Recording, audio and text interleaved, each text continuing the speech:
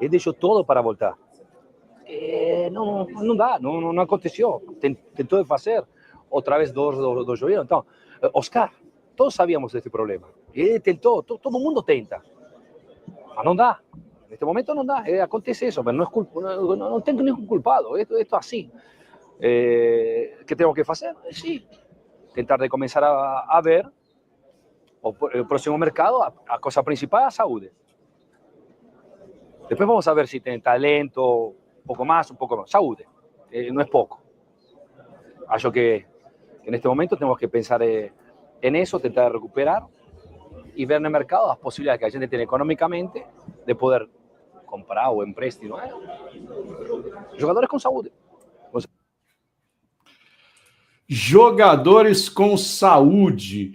Não é nem questão de jogadores fortes, jogadores técnicos ou que, né, e que tenham aí um histórico sem lesões. Estamos falando disso, é jogador com saúde, porque os problemas do São Paulo extrapolam as questões das lesões só do campo e avançam também para as questões de saúde, né? Um extremo de uma análise, mas evidentemente acho que dá um pouco conta da situação em que vive alguém que precisa manejar um clube, um elenco com tantas dificuldades, né? O que te passou? Qual o estado de espírito que te passou Hernan Crespo na entrevista após a derrota, Alex? De total desespero. Acho que o Crespo está realmente desesperado. Ele não consegue armar um time, ele não consegue fazer as suas ideias de jogo valerem. Ontem o Crespo entrou, por exemplo, com 3 zagueiros e 3 volantes mais de marcação, porque era o que tinha. Não tinha muito o que fazer. A outra opção mais experiente que ele tinha no banco era o Negruti, que também é um volante de mais marcação, que chegou até a jogar como zagueiro. Então, assim, me passa realmente um ar do Crespo.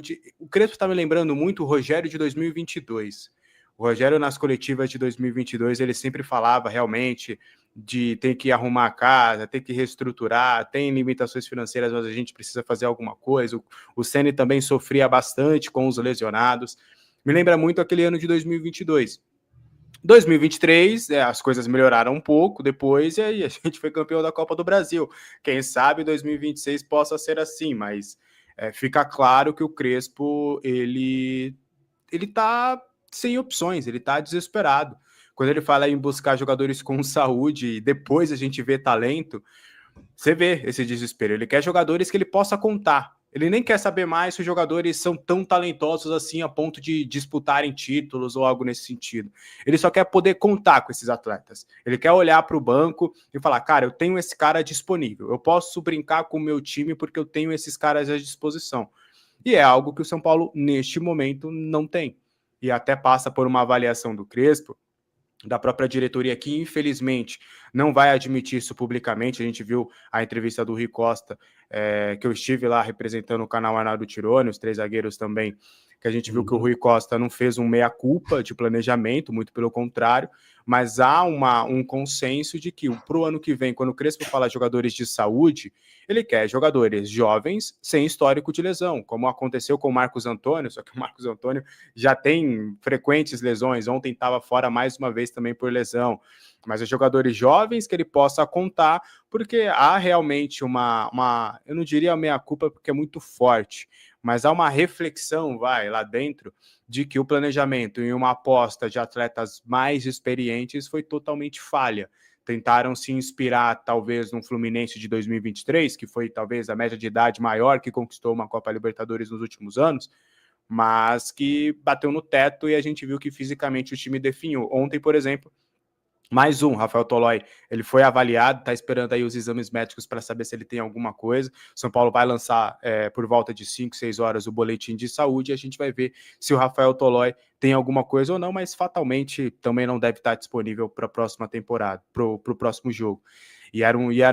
São Paulo estava desesperado por um zagueiro, tinha opções na Série B, tinha opções mais jovens, mas foi no cômodo, no conforto de buscar um jogador mais velho, com uma idade avançada, que na última temporada já tinha um histórico de lesão, por isso que ele saiu do Atalanta, porque na última temporada ele sofreu com muitas lesões, então mostra como... Acho que o Crespo ele tá colocando o dedo na ferida, sabe? Acho que ele não tá apontando o dedo para ninguém, mas ao mesmo tempo tá expondo que muita coisa foi errada em 2025, e acho que a gente precisa muito do Crespo para 2026, porque o Crespo está sendo um dos poucos que publicamente está falando dos problemas reais do São Paulo nesse ano.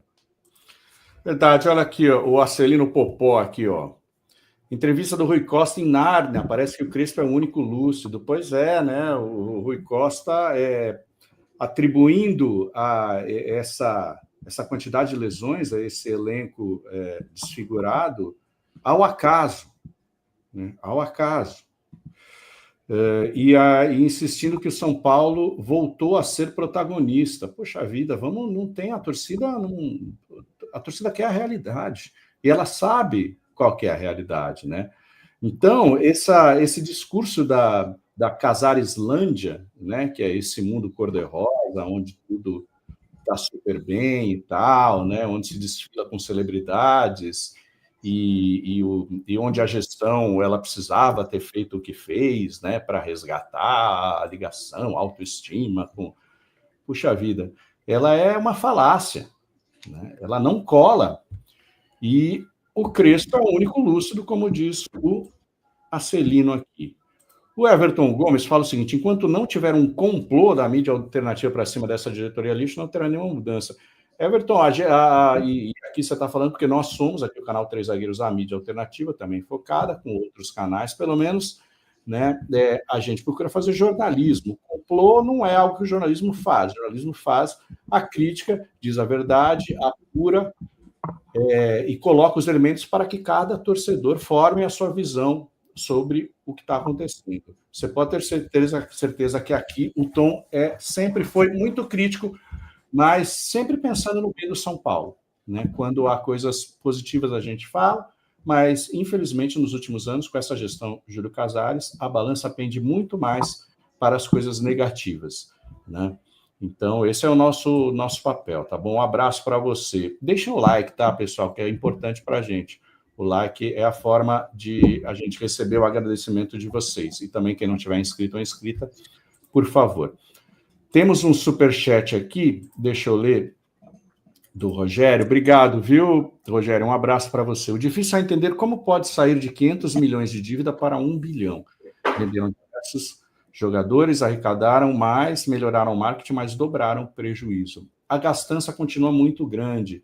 O orçamento desse ano foi estourado em cerca de 20 milhões a cada mês. Então, só será possível um superávit que vai ser dado a forceps, porque o São Paulo tem dívidas com os jogadores, tem impostos que não paga, só porque vendeu a rodo, arrecadou aí um bom dinheiro, mais do que o previsto em vendas, mas, é claro, dilapidando seu patrimônio, vendendo a preços mais baixos vários jogadores da base, né? O que eu acho que esse jogo, essa derrota diante do Corinthians, da maneira como foi, né? O primeiro tempo foi um horror, né? O São Paulo, nossa, eu olhava para aquele jogo, transmitindo aqui, Alex, e falava, mas que time ruim, cara. Como é que nós fomos chegar a um time tão ruim? E aí, no segundo tempo, principalmente com a entrada de um jogador com interesse, um jogador que tá chegando no Brasil, que era do River, mas viu aqui uma possibilidade, estava lá acabrunhado na reserva, viu uma possibilidade de reaver o seu brilho, a sua carreira, que é o Tapia, né, com interesse, com vontade, que conseguiu mudar o jogo para o São Paulo. O São Paulo, naquele momento, o São Paulo empata o jogo num belo gol do Tapia, ele começa a incomodar aquela defesa do Corinthians, que com um pouquinho de pressão bate cabeça, né? O São Paulo começa a pressionar o Corinthians, faz o gol, tem outras chances de até desempatar, fazer o gol da virada, mas daí com uma falha individual do Pablo Maia, aí acaba o jogo, né? Porque o segundo gol foi uma pá de cal, o time cai numa depressão ali completa, e daí acaba tomando o terceiro gol. Então, depois dessa partida, sinceramente, a minha cabeça aqui, eu sempre procuro pensar em objetivos pelos quais lutar mesmo nos momentos mais difíceis. Há sempre algo para lutar, você vai baixando suas expectativas e sempre você precisa ter um objetivo que esteja acima do seu atual momento, né? Depois do jogo de ontem, a minha sensação é Ufa, que bom que teve aquela arrancada, porque chegou aos 45 pontos, que é o número mágico de não rebaixamento esse ano. Até o meu lado otimista ele foi abalado depois que aconteceu ontem, porque o time não joga, né? E com essa quantia, o que vai melhorar? Quem que pode voltar para melhorar esse time? Para o jogo diante do Juventude, Alex, porque na matemática que eu falei, a matemática mostra, e a tabela mostra que é possível ainda uma 8ª colocação. Que é possível, mas como, né? Como que o São Paulo vai ganhar do Juventude na Vila? Quem que vai voltar, que vai melhorar o nível desse jogo, hein, Alex? Tem alguma possibilidade de retorno dos que estão lesionados para o jogo de domingo? Não, Maurício, não tem. A expectativa é de manter os mesmos desfalques e, além do mais, ter mais desfalques por conta dessa questão do Rafael Tolói. E o Alisson acabou tomando o 3º cartão amarelo e está fora. Eu, assim, do que eu ouvi de algumas pessoas, a bronquite do Rodriguinho, ele chegou até a ir para o hospital e tudo, dependeria muito de hoje, né? Como ele estaria hoje, porque quinta-feira ele já estava um pouco melhor, mas não apto o suficiente para ir para o jogo. Marcos Antônio estava indo para o gramado na quarta-feira, estive lá, pude ver ele correndo no gramado com a preparação física, e só, não tem nenhuma projeção neste momento de um retorno dos jogadores. O que a gente pode ter são os reforços daqueles que entraram no segundo tempo, né? Poder contar com esses caras o tempo todo. O Ferrarese, que jogou 90 minutos nos 2 jogos contra a Venezuela, ele está disponível agora, né? Então poderá ser titular, uma troca simples, sai o Tolói e entra o Ferrarese, por exemplo. O Bobadilla também pode ser esse reforço importante no meio-campo. Ele entrou no segundo tempo, mas pode também ajudar bastante aí ser titular contra o Juventude. E o Tapia, né?